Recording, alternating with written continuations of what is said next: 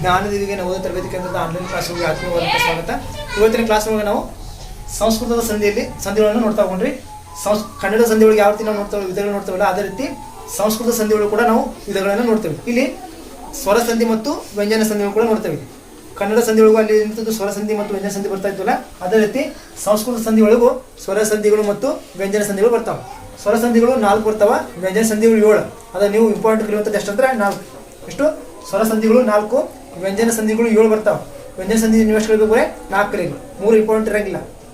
ನೋಡ್ರಿ, ಅದರ ಮೊದಲಿದ್ದು ಸಂಸ್ಕೃತದ ಸ್ವರ ಸಂಧಿಗಳು. ಸಂಸ್ಕೃತದ ಸ್ವರ ಸಂಧಿ ಒಂದು ಸವರ್ಣ ದೀರ್ಘ ಸಂಧಿ, ವೃದ್ಧಿ ಸಂಧಿ, ಎನ್ ಸಂಧಿ ಮತ್ತು ಗುಣಸಂಧಿ. ಎಸ್, ಸ್ವರ ಸಂಧಿ, ಸವರ್ಣ ದೀರ್ಘ ಸಂಧಿ, ಗುಣಸಂಧಿ, ಎನ್ ಸಂಧಿ ಮತ್ತು ವೃದ್ಧಿ ಸಂಧಿ. ಇವು ಸಂಸ್ಕೃತದ 4 ಸ್ವರ ಸಂಧಿಗಳು. ಅದರಲ್ಲಿ ಮೊದಲನೆಯ ಸಂಧಿ ಯಾವ್ದಂದ್ರೆ ಸವರ್ಣ ದೀರ್ಘ ಸಂಧಿ. ಯಾವುದು? ಸವರ್ಣ ದೀರ್ಘ ಸಂಧಿ. ಇದನ್ನ ಕಲಿಯೋಕ್ಕಿಂತ ಮುಂಚೆ ನಿಮ್ಗೆ ಏನ್ ಗೊತ್ತಿರ್ಬೇಕಂದ್ರೆ ಸವರ್ಣ ಸ್ವರಗಳನ್ನು ಗೊತ್ತಿರ್ಬೇಕು. ಸವರ್ಣ ಸ್ವರಗಳು ಗೊತ್ತಿದ್ರ ನಂತರ ಏನಾಗುತ್ತೆ ನಿಮಗೆ ಸಂಧಿಗಳ ಬಗ್ಗೆ ಗೊತ್ತಾಗುತ್ತೆ. ನೋಡ್ರಿ, ಸವರ್ಣ ಸ್ವರಗಳು ಅ, ಆ, ಇ, ಈ, ಉ, ಉ. ಇವು 6 ಅಕ್ಷರಗಳಿಗೆ ನಾವೇನು ಕರಿತೀವಿ ಅಂದ್ರೆ ಸವರ್ಣ ಸ್ವರಗಳು ಅಂತ ಕರಿತೀವಿ. ಇವುಗಳ ಕೆಲಸ ಇರ್ತದ್ರ ಏನು? ಈ ಅಕ್ಷರಗಳ ಕೆಲಸ ಇರುತ್ತೆ ಇದ್ರಾಗ ಈ ಸವರ್ಣ ದೀರ್ಘ ಸಂಧಿ ಒಳಗ. ವ್ಯಾಖ್ಯಾನ ನೋಡ್ರಿ, ಸವರ್ಣ ಸ್ವರಗಳು ಒಂದರ ಮುಂದೊಂದು ಬಂದಾಗ, ನೋಡ್ರಿ, ಸವರ್ಣ ಸ್ವರಗಳು ಒಂದರ ಮುಂದೊಂದು ಬಂದಾಗ ಸಂಧಿ ಪದದಲ್ಲಿ ಅದೇ ಜಾತಿಯ ದೀರ್ಘ ಸ್ವರಗಳು ಬಂದರೆ, ಸರ ಕೇಳ್ಕೊರಿ, ಸವರ್ಣ ಸ್ವರಗಳು ಒಂದರ ಮುಂದೆ ಒಂದು ಬಂದಾಗ ಇವ ನೋಡ್ರಿ, ಅ ಮುಂದ ಆ, ಮುಂದ ಅ, ಈ ಮುಂದ ಈ ಮುಂದ ಈ, ಉ ಮುಂದ ದೊಡ್ಡ ಉ ಬಂದಿತ್ತಂದ್ರ ಇಲ್ಲೇ ಸಂಧಿ ಪದದೊಳಗ ಅದ ಜಾತಿಯ ದೀರ್ಘ ಸ್ವರ ನೋಡ್ರಿ, ಆ, ಈ, ಯು ಅದಲ್ಲ, ಇದ ಜಾತಿಯ ದೀರ್ಘ ಸ್ವರಗಳು ಏನ್ ಮಾಡ್ತಾವ ಸಂಧಿ ಪದದೊಳಗ ಬಂದು ಅಂದ್ರ ಅದನ್ನ ನಾವು ಸವರ್ಣ ದೀರ್ಘ ಸಂಧಿ ಅಂತೇಳಿ ಕರಿತೇವೆ. ಇನ್ನೊಂದ್ಸತಿ ಸ್ಪಷ್ಟವಾಗೈತೆ ನೋಡ್ರಿ, ಸವರ್ಣ ಸ್ವರಗಳು ಒಂದರ ಮುಂದೊಂದು ಬಂದಾಗ, ಸವರ್ಣ ಸ್ವರಗಳು ಅಂತ ಹೇಳಿ ಆಲ್ರೆಡಿ ಅ, ಆ, ಈ, ಉ, ಉ. ಇಲ್ಲೇ ಅ ಮುಂದ ಆ ಬರ್ಬೋದು ಅಥವಾ ಅ ಮುಂದ ಅ ಬರ್ಬೋದು, ಅಥವಾ ಈ ಮುಂದ ಈ ಬರ್ಬೋದು ಅಥವಾ ಈ ಮುಂದ ಸಣ್ಣ ಇನ್ನು ಬರ್ಬೋದು, ಉ ಮುಂದ ದೊಡ್ಡ ಉ ಬರ್ಬೋದು ಅಥವಾ ಉ ಮುಂದ ಸಣ್ಣ ಉನ ಬರ್ಬೋದು. ಈ ರೀತಿ ಬಂದಾಗ ಸಂಧಿ ಪದೊಳಗ ಆ ಇದ್ರ ಆ ಬರುತ್ತೆ, ಈ ಕಾರ ಮುಂದೆ ಬಂದಿದ್ರ ಸಂಧಿ ಪದೊಳಗೆ ದೊಡ್ಡ ಈ ಇರುತ್ತೆ, ಉ ಅಲ್ಲಿ ಬಂದಿತ್ತಂದ್ರೆ ಸಂಧಿ ಪದೊಳಗ ದೊಡ್ಡ ಉ ಇರ್ತದೆ. ಎಕ್ಸಾಂಪಲ್ ನೋಡಿದ್ರೆ ಗೊತ್ತಾಗುತ್ತೆ. ಇನ್ನ ಉದಾಹರಣೆ ನೋಡ್ರಿ, ದೇವ ಪ್ಲಸ್ ಆಲಯ ದೇವಾಲಯ. ಸರಿ ಅರ್ಥ ಮಾಡ್ಕೊರಿ, ದೇವ ಪ್ಲಸ್ ಆಲಯ ದೇವಾಲಯ. ಇಲ್ಲೇ ಅ ಮುಂದ ಏನಾಗೈತಿ ಆ ಬಂದೈತಿ. ಏನು ಅ ಒಂದ್ ಏನ್ರಿ, ಇದ್ರ ಯಾವ ಸ್ವರ ಐತಿ? ಅ ಐತಿ. ಅ ಒಳಗ ಅ ಮುಂದ ಆಕಾರ ಬಂದಾಗ ಏನೈತಿ ಸಂದೀಪ ಒಳಗ ಅದ ಜಾತಿ ದೀರ್ಘ ಸ್ವರ ಯಾವ್ದ? ಆ ಬಂದ ದೇವಾಲಯ. ದೇವಾಲಯ ಅಲ್ಲದ ದೇವಾಲಯ.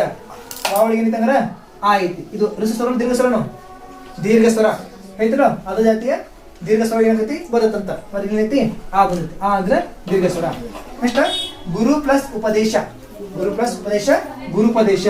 ಇಲ್ಲೇ ಸಣ್ಣ ಐತಿ, ಇನ್ನು ಋಷಿ ಸ್ವರ ಐತಿ. ಇಲ್ಲಿ ಕೂಡ ಏನೈತಿ ಋಷಿ ಸ್ವರನೇ ಐತಿ. ಹೆಣ್ಣಿಲ್ಲ, ಹೂ ಮುಂದ ಸಣ್ಣ ಬರ್ಬೋದು ಅಥವಾ ದೊಡ್ಡ ಬರ್ಬೋದು. ಅಂದ್ರೆ ಇಲ್ಲಿ ಏನಾಗತ್ತಿಲ್ಲ ದೊಡ್ಡ ಹೂ ಕಡ್ಡಾಯ ಬರತ್ತಂತ ಅಂದ್ರೆ ದೀರ್ಘ ಸ್ವರ ಐತಿ.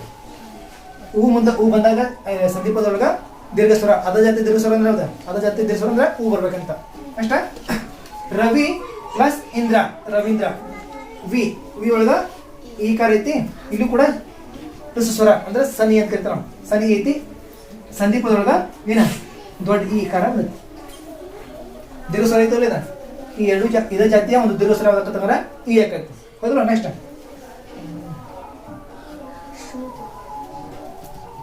ಶುಭ. ಶುಭ ಪ್ಲಸ್ ಆಶಯ ಶುಭಾಶಯ. ಬ ಒಳಗ ಅ ಸ್ವರ ಐತಿ, ಆ ಐತಿ. ಐತಲ್ಲ, ಅ ಮುಂದ ಆಕಾರ ಬಂತು.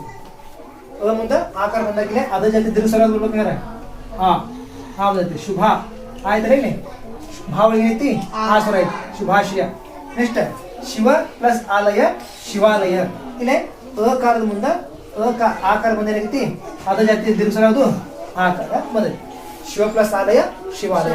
ಇತ್ತಲ್ಲ, ಸವರ್ಣ ಸ್ವರಗಳು ಒಂದರ ಮುಂದೊಂದು ಬಂದಾಗ ಅ ಮುಂದ ಅ ಬರ್ಬೋದು ಅಥವಾ ಆ ಬರ್ಬೋದು, ಈ ಮುಂದ ಈ ದೀರ್ಘ ಸ್ವರ ಈ ಬರ್ಬೋದು ಅಥವಾ ಋಷಿ ಸ್ವರ ಈ ಬರ್ಬೋದು, ಹೂಕಾರದ ಮುಂದ ಋಷಿ ಸ್ವರ ಹೂ ಬರ್ಬೋದು ಅಥವಾ ದೀರ್ಘ ಸ್ವರ ಹೂ ಬರ್ಬೋದು.